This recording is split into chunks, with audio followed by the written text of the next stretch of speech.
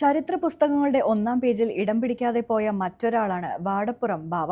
കേരളത്തിലെ ആദ്യത്തെ തൊഴിലാളി യൂണിയൻ രൂപീകരിച്ച ആളെ പിന്നിലാക്കി. തൊഴിലാളി വർഗത്തിന്റെ മൊത്ത കച്ചവടം ഏറ്റെടുത്തവർക്ക് ഗൂഢമായ പല ലക്ഷ്യങ്ങൾ ഉണ്ടായിരിക്കണം. നൂറുകണക്കിന് തൊഴിൽശാലകളും ആയിരക്കണക്കിന് തൊഴിലാളികളാലും സമ്പന്നമായിരുന്നു ആലപ്പുഴയിലെ കയർ വ്യവസായം.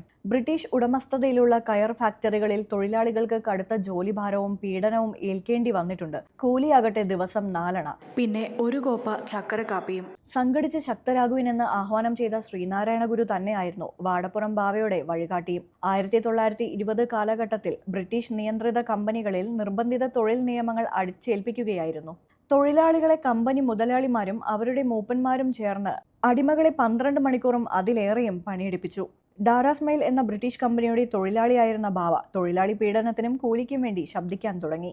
വിറളി പിടിച്ച കമ്പനി മാനേജർ ബാവയെ പിരിച്ചുവിട്ടു. അതൊരു തുടക്കമായിരുന്നു, ചരിത്രം തിരുത്തി എഴുതിയ തൊഴിലാളി മുന്നേറ്റത്തിന്റെ തുടക്കം.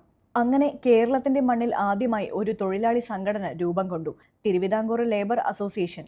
ഡോക്ടർ MK ആന്റണി പ്രസിഡന്റായും വാടപ്പുറം ബാവ സെക്രട്ടറിയായും പപ്പു ആശാൻ ഖജാൻജിയായും തിരഞ്ഞെടുക്കപ്പെട്ടു. സംഘടനയുടെ നിയമാവലിയും വരിസംഖ്യയും ഓഫീസും കണക്കും എല്ലാം പ്രവർത്തന സജ്ജമായി. മാസങ്ങൾക്കുള്ളിൽ 4000-ഓളം തൊഴിലാളികൾ സംഘടനയിൽ അംഗങ്ങളായി. ഇന്ന് എല്ലാ രാഷ്ട്രീയ പാർട്ടികൾക്കും തൊഴിലാളി സംഘടനകളും തൊഴിലാളി നേതാക്കളുമായി. പക്ഷേ വാടപ്പുറം ബാവയെപ്പോലെ ചരിത്രം തിരുത്തിയ എത്ര പേരുണ്ടെന്ന് ചോദിച്ചാൽ കുനിഞ്ഞ ശിരസുകളായിരിക്കും മറുപടി. ഇനിയുമുണ്ട് ഏറെ പേർ, അധികാരത്തിന്റെ ചവിട്ടുപടികളാക്കി മറച്ചുവെച്ചവർ.